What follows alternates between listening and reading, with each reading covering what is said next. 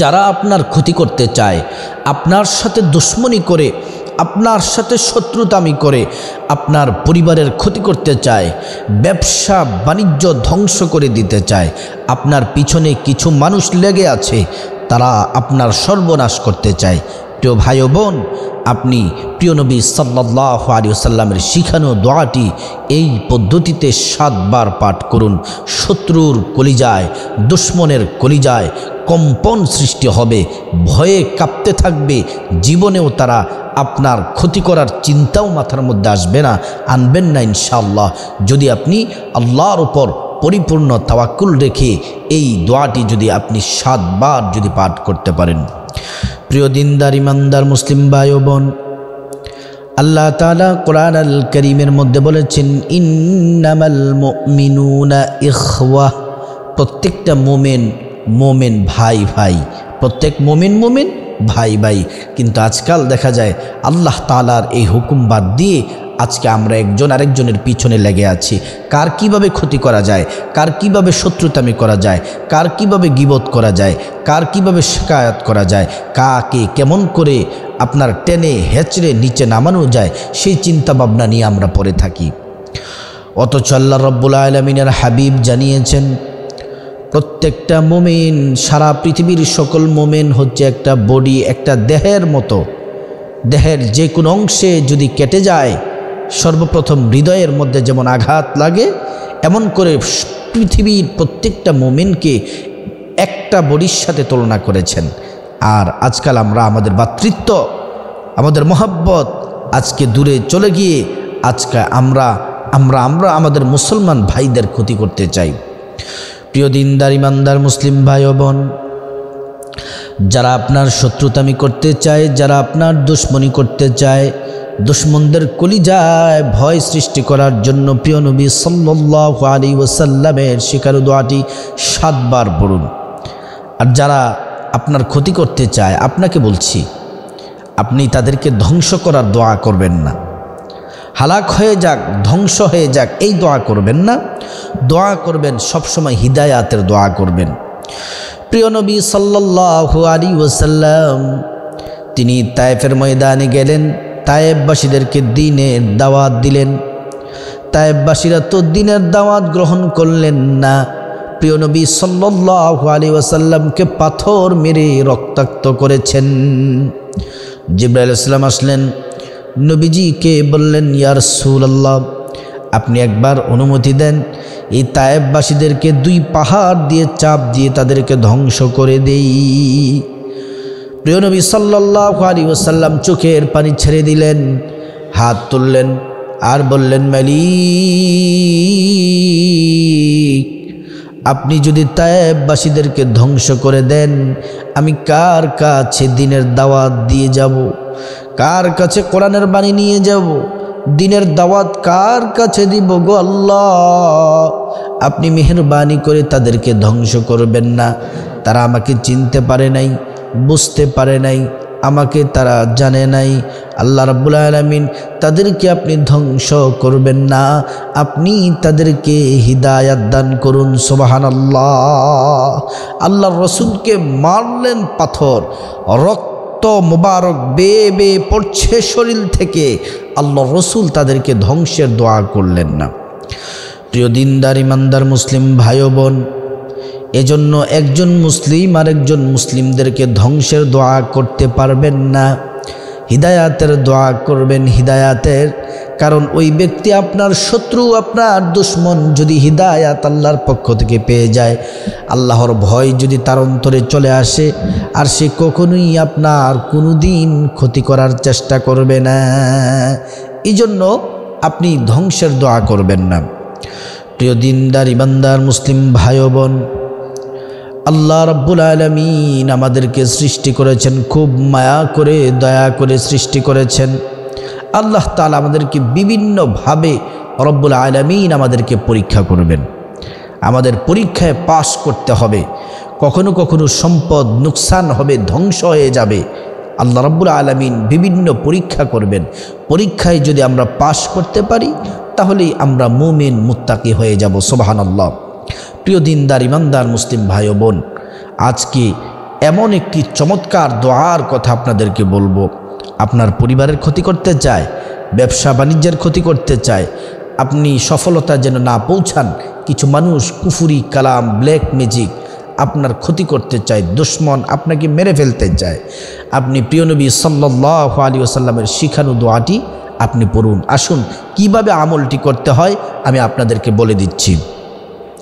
প্রিয় দিনদার ইমানদার মুসলিম ভাই ও বোন, প্রথমে সুন্দর করে উত্তম রূপে ওযু করবেন। ওযু প্রিয় নবী সাল্লাল্লাহু আলাইহি ওয়াসাল্লাম যেমন করে ওযু শিক্ষা দিয়েছেন আপনি তেমন করে ওযু করবেন।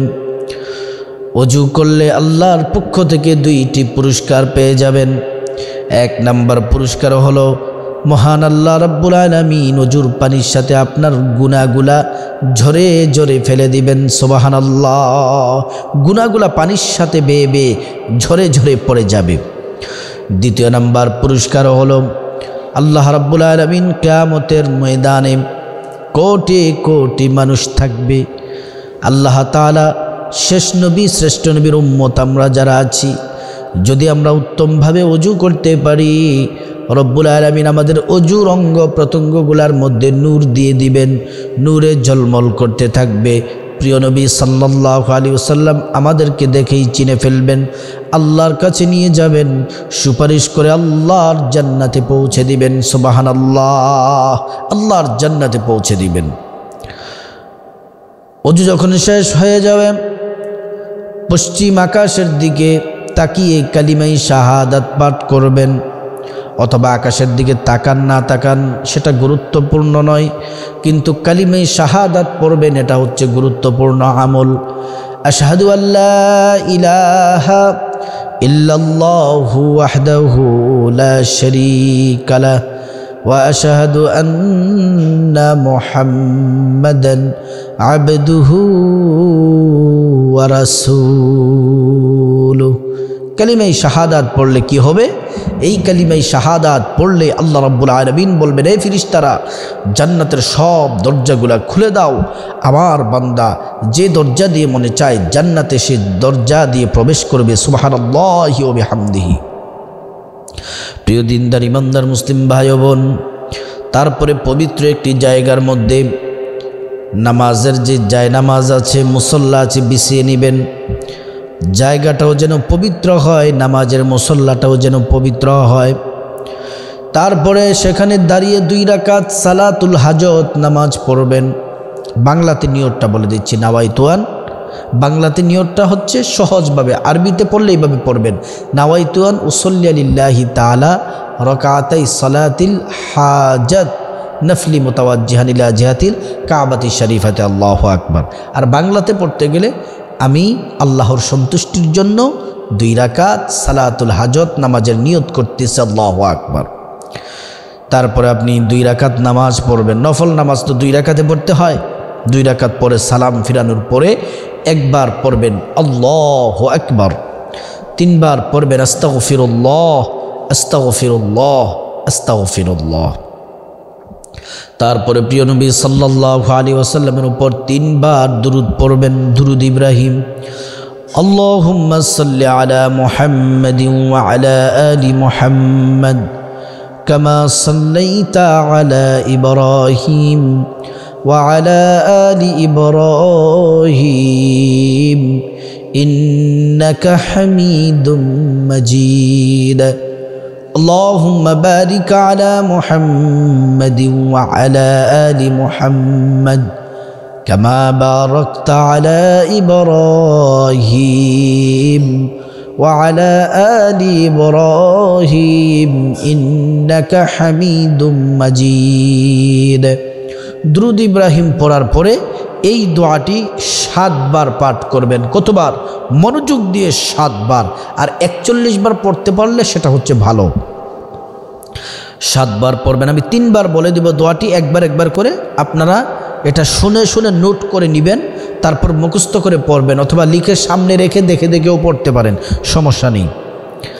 আপনি পড়বেন, দোয়াটি হলো আল্লাহুম্মা মুনজিলাল কিতাব সারিআল হিসাব মুজরিয়াস সাহাব হাজিমাল আহজাব আহজিমহুম ওয়াজালজিলহুম। একবার বললাম, দ্বিতীয়বার বলছি, আল্লাহুম্মা মুনজিলাল কিতাব সরিআল হিসাব মুজরিয়াস সাহাব হাজিমাল আহজাব আহজিমহুম ওয়াজালজিলহুম। তৃতীয়বার বলছি, আল্লাহুম্মা মুনজিলাল কিতাব সরিআল হিসাব মুজরিয়াস সাহাব হাজিমাল আহজাব আহজিমহুম ওয়াজালজিলহুম। আমি 3 বার বললাম, এমন করে করে 7 বার পড়বেন, অথবা 41 বার পড়তে পারলে ভালো। তারপরে 3 বার দুরূদ শরীফ, নামাজের যে দুরুদ আছে ওই দুরুদ পড়বেন। দুরূদ শরীফ পড়ে তারপর মুনাজাত ধরবেন, আল্লাহুম্মা আমিন বলে মুনাজাত ধরবেন। মুনাজাত ধরে কান্নাকাটি করবেন, চোখের পানি ছেড়ে দিবেন, আল্লাহর কাছে গুনাহ মাফ চাইবেন, আল্লাহ তাআলা গুনাহ মাফ করে দিবেন। পেরেশানির কথা বললে পেরেশানি দূর করে দিবেন, দুশ্চিন্তা দূর করে দিবেন, বিপদ মুসিবত দূর করে দিবেন। আল্লাহ তাআলা আপনাকে বিজয় দান করবেন। যারা আপনার শত্রুতামি করে, যারা আপনার দুশ্মনী করে আপনার ক্ষতি করতে চায়, আপনার পরিবারের ক্ষতি করতে চায়, আপনি কেঁদে কেঁদে তাদের জন্য আল্লাহর কাছে হেদায়াতের জন্য দোয়া করবেন। আল্লাহ তাআলা আপনার দোয়াটি এমনভাবে কবুল করে নেবেন, শত্রুর কলিজার মধ্যে ভয় সৃষ্টি হয়ে যাবে, আর তারা জীবনেও আপনার কোনো ক্ষতি করতে পারবে না। আল্লাহ রাব্বুল আলামিন আমাকে এবং আপনাদের সবাইকে আমলটি করার তৌফিক দান করুন।